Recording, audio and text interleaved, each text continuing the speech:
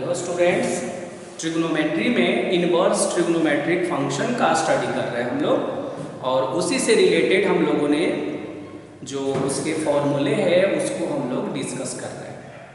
Previous session में हमने कुछ फॉर्मूले को डेवलप किया था और उससे रिलेटेड अभी हम कुछ प्रॉब्लम को इसमें सॉल्व करेंगे।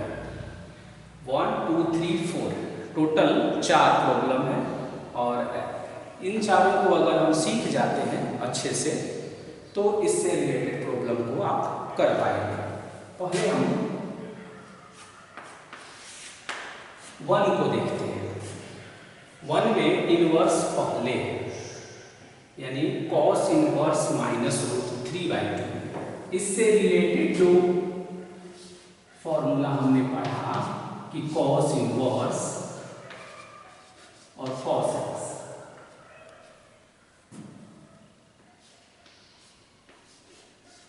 ये x के इक्वल होता है। cos इनवर्स cos x के इक्वल होता है। कंडीशन हमने पढ़ा कि x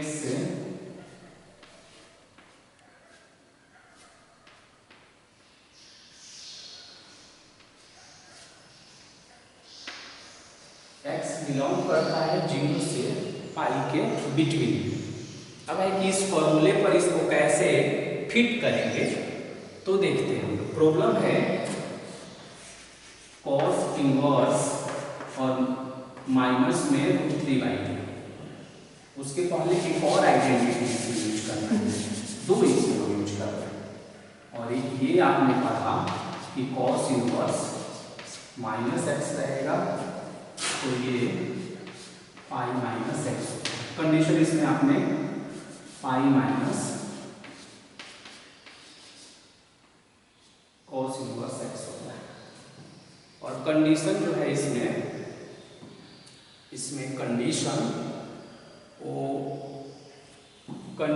होता है इसका डोमेन, यानी cos इनवर्स x का जो डोमेन होता है वही इसका कंडीशन होता है। ओके, इन दो को हम कैसे इसमें यूज करेंगे ये देखिए। cos इनवर्स है और है माइनस में √3/2।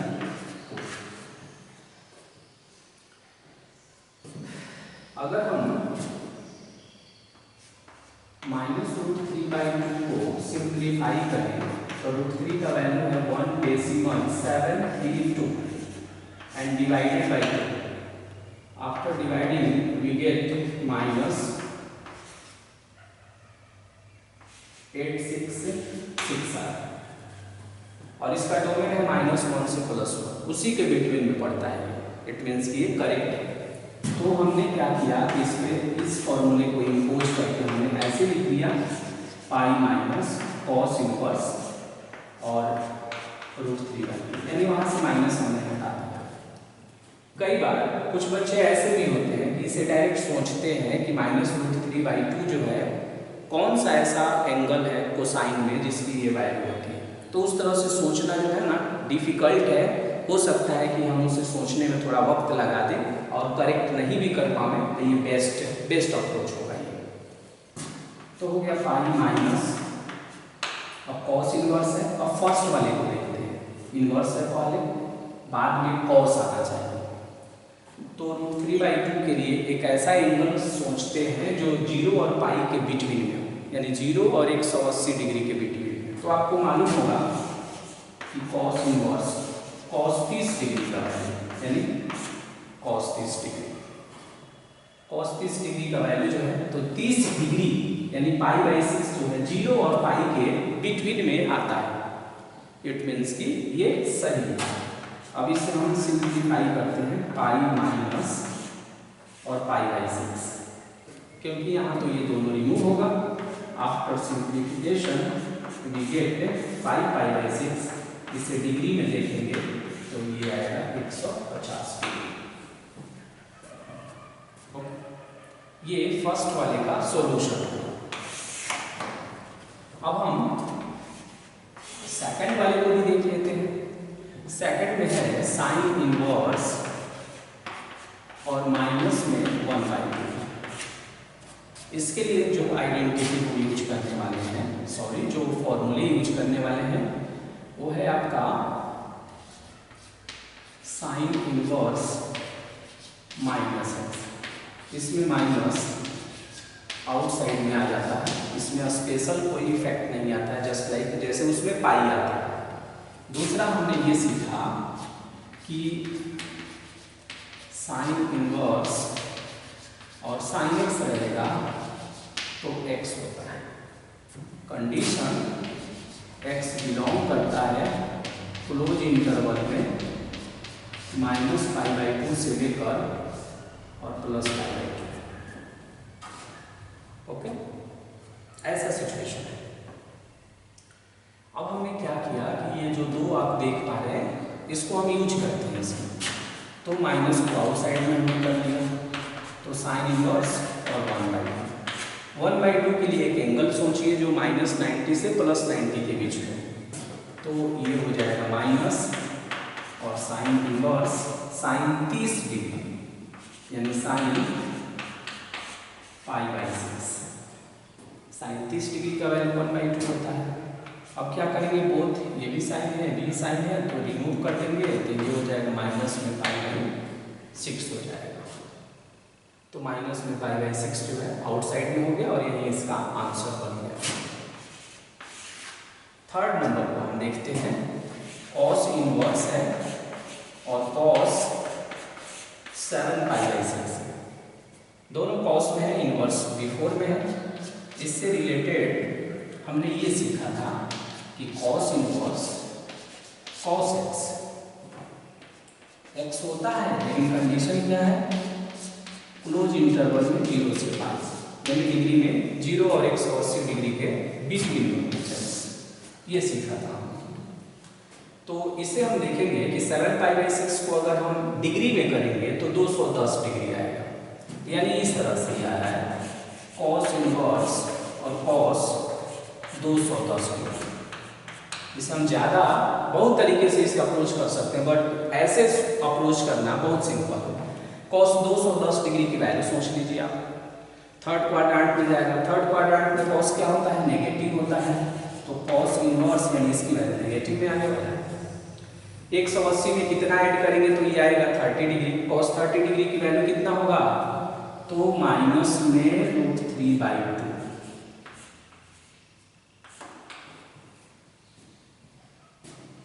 अब इसे देखिए आप लग रहा है कि फर्स्ट वाले में आप पहुंच गए, फर्स्ट वाले क्वेश्चन को और इसको देखिए, दोनों एक जैसा हो गया है।